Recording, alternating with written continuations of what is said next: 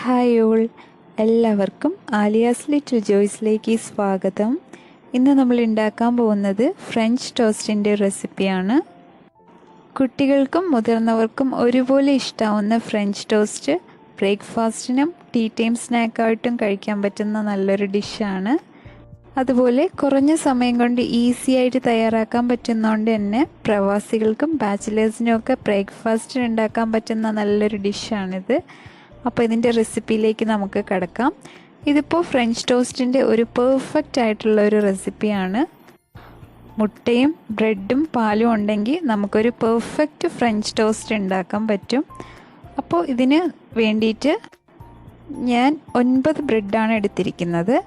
അപ്പോൾ 9 ബ്രെഡിന് 3 മുട്ടയാണ് ഞാൻ യൂസ് ചെയ്യുന്നത്.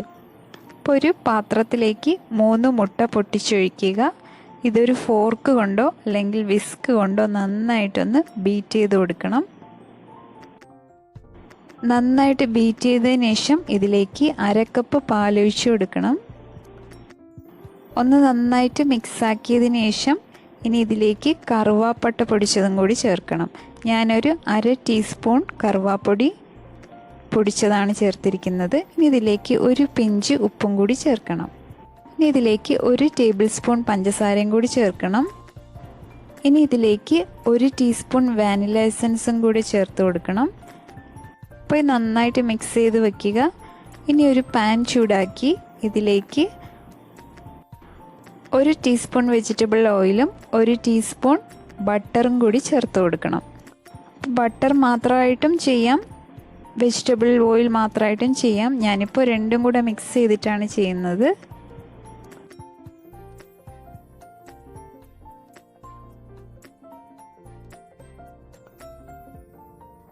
ഇനി നമ്മൾ തയ്യാറാക്കി വെച്ചിരിക്കുന്ന മുട്ടയുടെ മിക്സ്ചറിൽ ഓരോ ബ്രെഡും കോട്ട് ചെയ്തിട്ട് പാനിലിട്ട് ചുട്ടെടുക്കണം. അപ്പോൾ ഞാനിവിടെ 9 ബ്രെഡാണ് എടുത്തിരിക്കുന്നത്. 3 ബ്രെഡിന് 1 മുട്ട എന്ന കണക്കിലാണ് യൂസ് ചെയ്തിരിക്കുന്നത്. അതുപോലെ നമ്മൾ ബ്രെഡ് ഇതിൽ ഒത്തിരി നേരം കുതിർത്താനും പാടില്ല. അങ്ങനെ ചെയ്യുകയാണെങ്കിൽ ബ്രെഡ് പൊടിഞ്ഞു പോകും. സോ ജസ്റ്റ് ഒന്ന് കോട്ട് ചെയ്ത് കൊടുത്തിട്ട് അപ്പോൾ തന്നെ നമ്മൾ പാനിലിട്ട് ടോസ്റ്റ്. അപ്പോൾ ഇങ്ങനെ ഓരോന്നായിട്ട് ചെയ്തെടുക്കണം. നമ്മൾ ബ്രേക്ക്ഫാസ്റ്റിനാണ് ഇത് ഉണ്ടാക്കുന്നതെങ്കിൽ പഞ്ചസാര കുറച്ച് ചേർത്താൽ മതി. 1 ടേബിൾ സ്പൂൺ പഞ്ചസാരയൊക്കെ ചേർത്താൽ മതി. പക്ഷേ നമ്മൾ ടീ ടൈം സ്നാക്കിനാണ് കഴിക്കുന്നതെങ്കിൽ കുറച്ചൊരു 1 ടേബിൾ സ്പൂൺ പഞ്ചസാരയ്ക്ക് പകരം ഒരു 3-4 ടേബിൾ സ്പൂൺ പഞ്ചസാരയും കൂടി ചേർക്കാം കേട്ടോ. അപ്പോൾ കുറച്ചുകൂടി ടേസ്റ്റ് ഉണ്ടാവും. നമ്മൾ ബ്രേക്ക്ഫാസ്റ്റിനൊക്കെ കഴിക്കുമ്പോൾ പഞ്ചസാര കുറച്ചിരിക്കുന്നതാണ് നല്ലത്.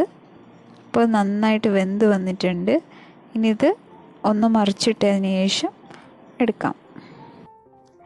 പിന്നെ ഇടയ്ക്കിടയ്ക്ക് ഇങ്ങനെ ഒന്ന് പ്രസ് ചെയ്ത് കൊടുക്കണം. അപ്പോൾ നമ്മുടെ ഫ്രഞ്ച് ടോസ്റ്റ് റെഡിയായി കഴിഞ്ഞു.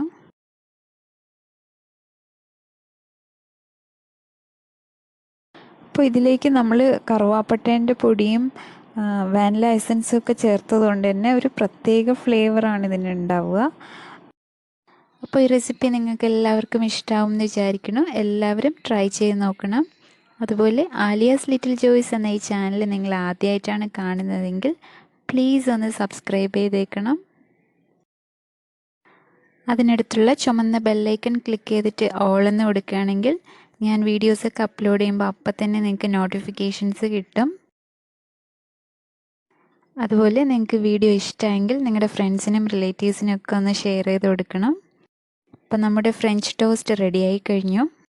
സെർവ് ചെയ്യുന്നതിന് തൊട്ട് മുമ്പ് അതിൽ കുറച്ച് ഹണിയും കൂടെ സ്പ്രെഡ് ചെയ്ത് കൊടുക്കുകയാണെങ്കിൽ നല്ല സൂപ്പർ ടേസ്റ്റ് ആയിരിക്കും. അപ്പോൾ എല്ലാവരും ട്രൈ ചെയ്ത് നോക്കണം. Stay blessed and thanks for watching.